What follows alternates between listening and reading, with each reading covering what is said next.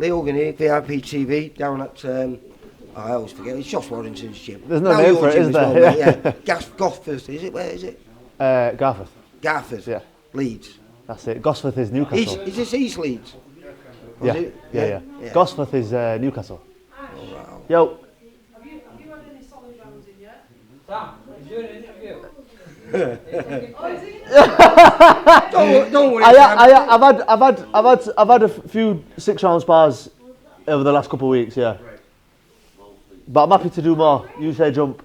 So we're just giving all the way secrets away now, eh? But I've come to catch up with, even though it's a little bit premature, because it's not till, I think, the 26th of September. Yeah, October, sorry. You've got a little away trip up in Scotland. Yeah.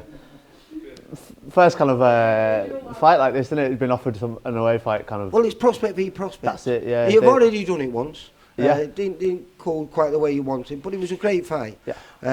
Anyway, last time out in Leeds, you got back to winning ways. Yes. In a fantastic fight. Perhaps a bit too harder than you wanted. Yeah.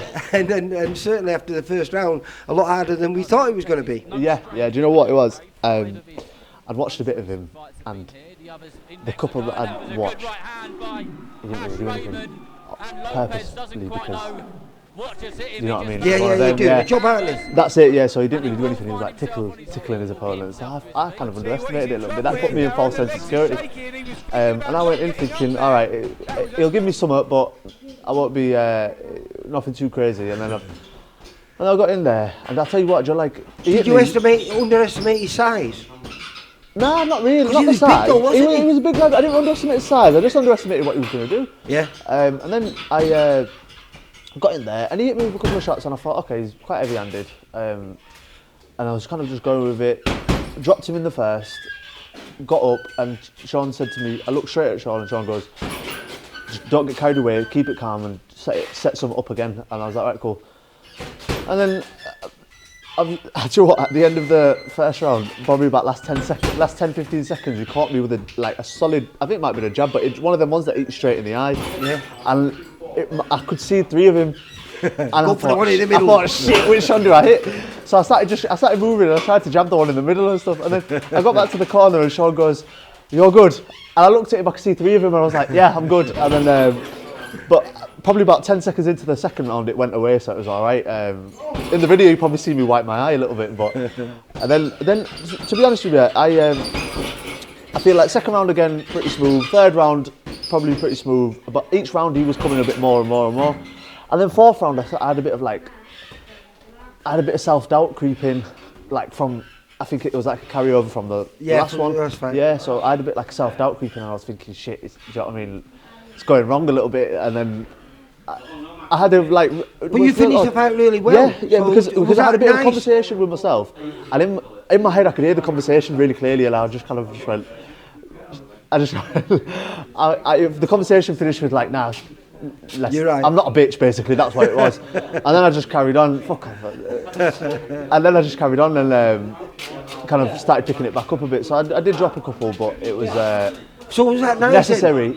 Was that nice to have that feeling in your head of that fear factor? That hang on, it could go wrong, but you managed to sort it out and deal with it and put it to bed. I feel like it was very necessary because I proved to myself that I can get through it and I can basically carry on. And if I stopped, let's say, obviously because I dropped him in the first. If I stopped him in the first, I wouldn't have had that lesson. So it was valuable, very valuable 6 rounds, and now I've kind of regained that confidence and stuff as well. So it was good. And so hence why this fight's come on. Who proposed it to you, and when was it proposed? Steve Wood texted me and he literally just said, "Oh, it was a forwarded message from I think the other kid's matchmaker or something like that." Right. And then I was like, "Look, send it to Sean, and whatever he says goes." And Sean saw it and said, "Yeah, we'll take it." I said, "Yeah, cool." No, his name's John Casey. I think he's 5-1. Yeah. Similar to you, I think I wouldn't look too much into his loss because it was only his 3rd fight, and he got put in with a kid with a very good winning record. Even though he'd just come over in and was beginning to do the rounds, he's a good kid, and he'd give a lot of our kids over here good tests. I mean, I think he's had 3 draws over here. a couple of wins over here. Yeah. So he's not your average journeyman.